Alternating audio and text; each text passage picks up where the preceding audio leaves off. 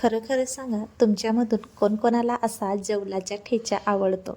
आमच्याकडे तर याला जेवला नव्हे तर झिंगे, बारीक झिंग्यांच्या ठेचा असे म्हटले जातात. तुमच्याकडे काय म्हणतात हे मला कमेंटमध्ये नक्की सांगा बरं का.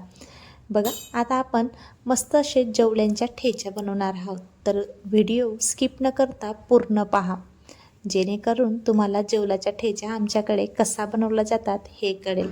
आता सर्वप्रथम तर मी तिखट मिरच्या घेतलेल्या आहेत. तिखट मिरच्यांना मस्त आपण असं तेल टाकून भाजून घेणार आहोत. मिरच्या तुम्ही तुमच्या टेस्टच्यानुसार घ्या, नाहीतर ठेचा खूप जास्त तिखट होऊ शकतो. आता मस्त मिरच्यांना आपण तेल टाकून भाजून घेणार आहोत. हवं तर तुम्ही कम तिखट असलेल्या मिरच्यांचाही वापर करू शकता, ज्यांना आपण पोपटी अशी मिरची म्हणतो. तुमच्याकडे काय म्हणतात मला माहीत नाही, पण आमच्याकडे पोपटी मिरची अशी येते जी कम तिखट असते. आता मस्त आपण मिरच्या वगैरे सगळ्या भाजून घेतलेल्या आहेत. आता याच्यामध्ये आपण 1-1.5 टोमॅटो चिरून टाकणार आहोत. टोमॅटो तुम्ही फोडणी जेव्हा घालतो त्यावेळेस पण टाकू शकता, पण अशा टाकल्याने अगदी असं चव या ठेच्याला येते. आता मस्त टोमॅटो पण आपण भाजून घेऊया आणि याच्यामध्ये 10-15 असं लसूणच्या पाकळ्या पण आपण याच्यामध्ये टाकून घेऊया आणि परत ते पण भाजून घेणार आहोत.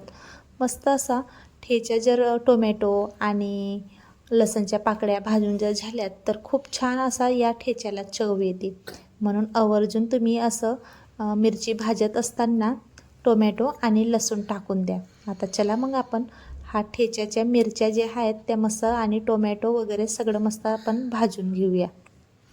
आता आपण हे मिरच्या वगैरे सगळं भाजून तयार करून घेणार आहोत, पण याच्यामध्ये आपण जे मिठाचा आपण वापर करतो ठेच्यामध्ये ते आधीच घालून घेणार आहोत, जेणेकरून मस्त मिरच्या आणि हे जे टोमॅटो लसूण वगैरे जे आहेत ते मस्त भाजले जायला पाहिजे. याच्यासाठी आपण मीठ वगैरे सगळं याच्यामध्ये टाकून दिलेलं आहे म्हटल्यावर आपण पुढं काही मिठाचा वापर करणार नाहीत.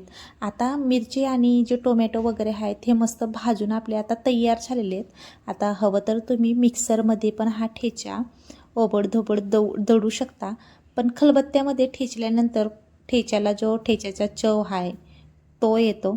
मिक्सरमध्ये तर ती चटणीच बनेल. आता चला मग आपण ते ठेचून घेणार आहोत आणि त्याच तव्यामध्ये, म्हणजे भाकरीचा तवा आहे हा, त्याच तव्यामध्ये मी 2 पळ्या तेल टाकलं. आता त्याच्यामध्ये आपण मोहरीची फोडणी घालणार आहोत. बघा, अर्धा चमचा मी मोहरीची फोडणी घातली. हवं तर तुम्ही जिऱ्याचाही वापर करू शकता, पण जिऱ्याच्या ऐवजी मोहरी घातली तर बरं होतं. आता मस्त मोहरी मस्त आपल्याशी तडतडायला लागली की याच्यामध्ये आपण कढीपत्त्याचे पाले टाकणार आहोत. आता कढीपत्ता पण मस्त तडतडल्या झाल्यानंतर जो ठेचलेला जो ठेचा आहे तो आपण याच्यामध्ये घालून घेऊया आणि मस्त तळून घेऊया. बघा, आता मी खलबत्त्यामध्ये ठेचून घेतलेला हा ठेचा आहे, तुम्ही बघू शकता. असा ओबडधोबडच मी ठेवलेला आहे, म्हणजे ओबडधोबड थोडा चांगला लागतो. हवं तर तुम्ही बारीकही ठेचू शकता.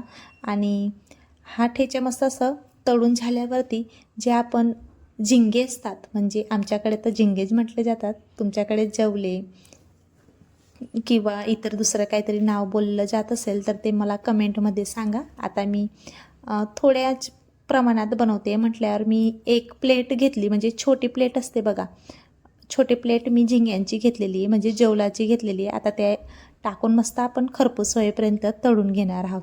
आता मिठाच्या किंवा कशाच्या आपल्याला अजिबात वापर करायचा नाही. हवं तर तुम्ही थोडं कोकमचे पाणी किंवा निंबाचा रस याच्यामध्ये घालू शकता, म्हणजे असं चटपटीत हा ठेचा लागतो. बघा, आपला मस्त ठेचा तळून झालेला आहे.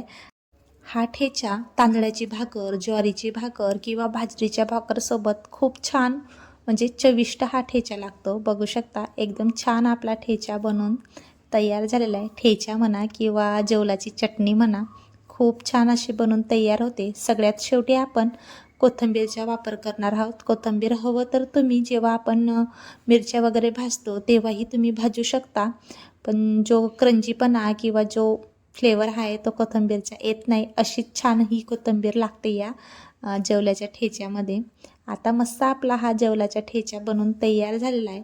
कशी वाटले तुम्हाला रेसिपी मला कमेंटमध्ये नक्की सांगा, आणि कुठून बसून तुम्ही ही रेसिपी पाहताय हेही मला कळवायला विसरू नका. चला तर मग आपली रेसिपी इथंच संपते. भेटूया पुढच्या अशा नवीन रेसिपीमध्ये. तोपर्यंत धन्यवाद. चॅनल सबस्क्राईब करा. थँक्यू.